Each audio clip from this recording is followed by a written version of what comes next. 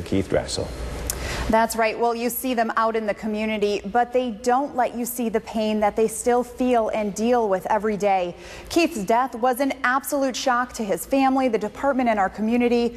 Here are some of the heartbreaking details about that day you never heard before. It's a moment that you can never prepare yourself for.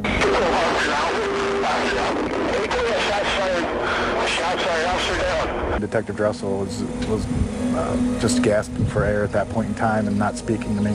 It was a single shot to his chest, a mortal wound.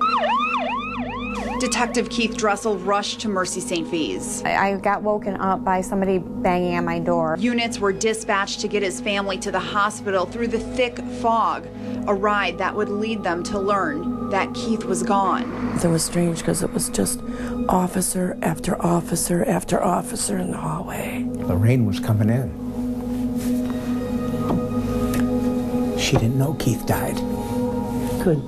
I couldn't come up with the words to tell her when she started coming in the hospital doors. That was tough.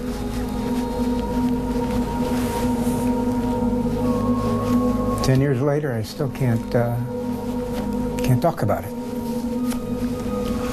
Raw emotion at the hospital and on the streets as officers volunteered their time to hunt down their brother's killer. I wanted to find out who he was, and I wanted him off the street. Job was very concerned that he was going to be harmed by police officers that night and during his arrest. Chief Navarre personally drove Job's probation officer along with 2 members of SWAT to make the arrest. Detective Kermit Quinn got the confession. I said, man, the gig is up. You need to tell us what happened. We know you were there. We talked to your boy Sherman. He told us this. We have witnesses. We have this. We have that. And he finally said, okay, I'm going to tell you what happened. As detectives continued to work the case, the community supported Keith's family with donations and gifts. I just remember thinking, I can't believe all of this is happening, and for Keith.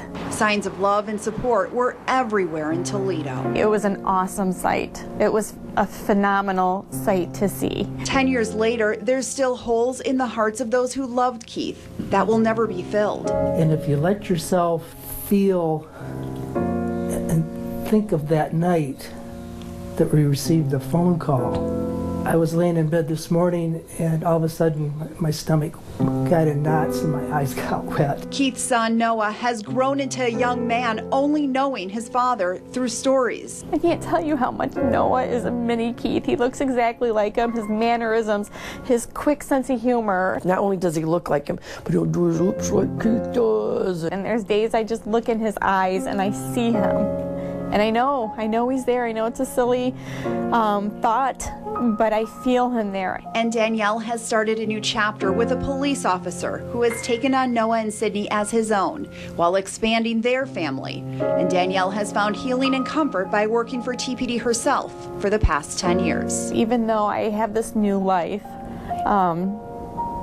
he is still in my heart, and I still think about him, and I still love him, and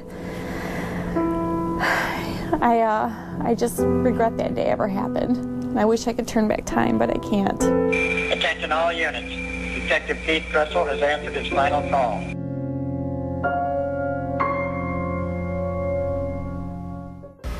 And as for Robert Job, the teen who shot and killed Dressel, he's now 25 years old. He was sentenced to life in prison with the possibility of parole after 15 years. Job will face a parole board for the first time in 2024. Reporting live in studio, Michelle Zapata, WTOL 11. Michelle.